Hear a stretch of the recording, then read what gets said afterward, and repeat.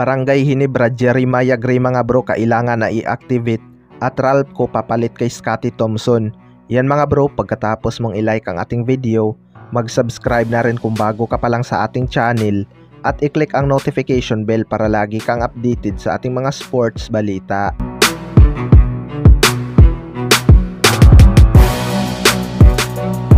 So nagiging maganda na nga sana ang takbo ng Barangay Ginebra ngayong conference mga bro, matapos nilang masungkit ang top 3 sa standing na may 5-3 win-loss record.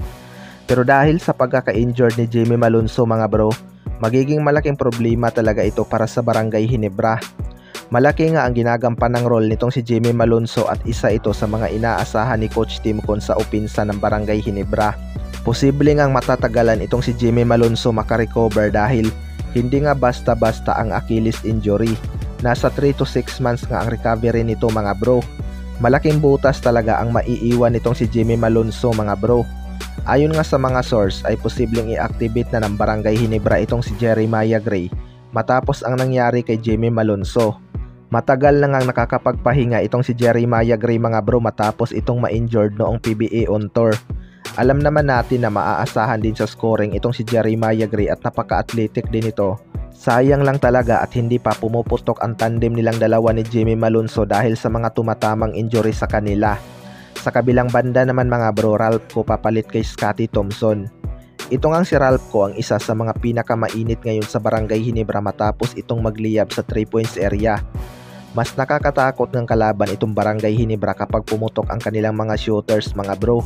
Naitala na nga ni Ralph ko ang kanyang career high na almost triple-double at pangalawang best player of the game para sa Barangay Ginebra.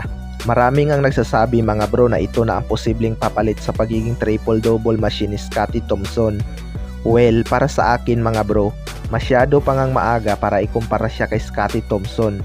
College days pa lang nitong si Scottie ay triple-double machine na nga ito dahilan kaya kinuha ito ng Barangay Ginebra noong 2015 rookie draft kahit na big man talaga ang kanilang target. Hindi naman binigo ni Scottie Thompson ang Barangay Ginebra. May potential din naman talaga itong si Ralph ko maging isang triple-double machine lalo na kapag naging consistent ito sa kanyang laro.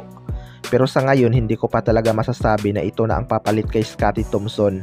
Maliban na lang talaga kapag may napatunayan na siya sa Barangay Ginebra.